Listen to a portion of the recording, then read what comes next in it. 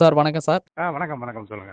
முதலமைச்சர் விஜய் அவர்களோட மனைவி சங்கீதா தொடர்ந்த வழக்க இன்னைக்கு வாபஸ் வாங்கியிருக்காங்க. இது திரை வட்டத்திலும் சரி, அரசியல் வட்டத்திலும் சரி பெரிய பரபரப்பை ஏற்படுத்தியிருக்கு.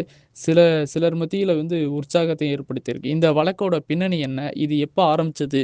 இது குறித்து கொஞ்சம் விவரமா சொல்ல முடியுமா சார்? அதாவது கடந்த ஆண்டு டிசம்பர் மாதம் விஜய் அவரோட மனைவி சங்கீதா செங்கல்பட்டு குடும்ப நல நீதிமன்றத்துல விவகாரத்தை கேட்டும் அவங்களுக்கு மெயின்டெனன்ஸ், அதாவது நிரந்தரமான மெயின்டெனன்ஸ் கேட்டும் வழக்கு தாக்கல் செஞ்சிருந்தாங்க. அதுக்கான விசாரணைகள் பிப்ரவரி மாதம் வந்தது ஏப்ரல்ல போட்டாங்க. அதுக்கப்புறம் ஜூன் 15ஆம் தேதி 2 பேர் சமரச தீர்வு மையத்தை அணுகி 2 பேரும் சமரசமா இது பண்ண முடியுமா அப்படின்னு ஒரு வாய்ப்பு கொடுத்தாங்க. 2 பேருமே ஆன்லைன்ல, அதாவது வீடியோ கான்பரன்ஸ் சொல்லிட்டு அதுல நாங்க ஆஜராக விரும்புறோம் அப்படின்னு சொல்லியிருந்தாங்க. அது தொடர்பா இன்னைக்கு முடிவெடுக்க வேண்டிய சொல்லி நீதிமன்றத்தில் இன்னைக்கு வழக்கு விசாரணைக்கு வந்துச்சு. மேற்படி விசாரணையில காணொலி காட்சி வீடியோ கான்பரன்ஸ் மூலமா சங்கீதா அவர்கள் நீதிபதி ஒரு விசாரணை விசாரிச்சதுல மேற்படி வழக்கை தொடர விருப்பம் இல்லை, அதனால இந்த வழக்கை நான் வாபஸ் வாங்கிக்கிறேன், திரும்ப பெற்றுக் கொள்கிறேன் அப்படின்னு சொன்னாங்க. அது சொன்னதின் அடிப்படையில அவங்களுடைய இதே அடிப்படையில் நீதிமன்றமும் அவங்களோட வழக்கை திரும்ப பெற்றுக்கொள்ள வித்ரா பண்ணிக்கிற பர்மிஷன் கொடுத்து இந்த வழக்கை வித்ரா பண்ணி முடிச்சிருக்காங்க. Okay sir. இப்போ என்னன்னா, இந்த வழக்கு இன்னைக்கு முதலமைச்சரும் இந்த வழக்கில் ஆஜராகிருப்பாங்களா? அந்த தகவல் இல்ல, இன்னைக்கு முதலமைச்சர் ஆஜராகல. ஏன்னா இன்னைக்கு 2 பேரும் வீடியோ கான்பரன்ஸ்ல விசில அப்பியர் ஆகிறது தொடர்பாக முடிவெடுக்க தான் நீதிமன்றம் சொல்லியிருந்துச்சு. 2 பேரோட மெயில் ஐடியும் கொடுத்து டாக்குமெண்ட்ஸ் எல்லாம் அனுப்ப சொல்லி மாண்புமிகு நீதிபதி சொல்லியிருந்தாங்க.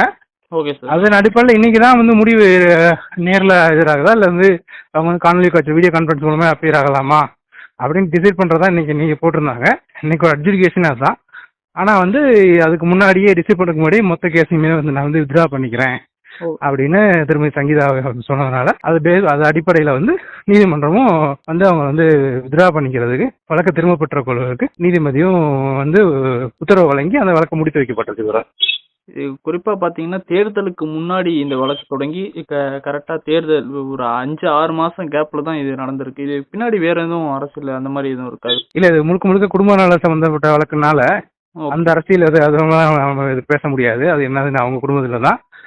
அது அவங்க யாரா இருந்தாலும் சேர்ந்து வாழ்வதற்கும் மனமொத்து பிரிந்து வாழ்வதற்கும் சட்டத்துல இடம் இருக்கு. இது அவங்க தனிப்பட்ட 2 பேரோட முடிவு.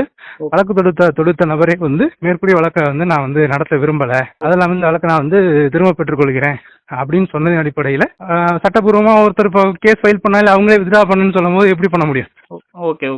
அதனால இது அப்படியே அதோடய முடித்து வைக்கப்பட்டது. மேற்படி பரிகாரமும் இதுவும் எனக்கு தேவையில்லைன்ற மாதிரி சொல்லிட்டு நான் விசாரித்த வரைக்கும் சரின்னா எனக்கு திரும்பியும் நீதிமன்றத்துல வழக்கு தாக்கல் செய்ய ஒரு பர்மிஷன் கொடுத்த மாதிரியும் பார்த்தா அதை நிரூபி பண்ணிட்டு நான் சொல்லிடுறேன்.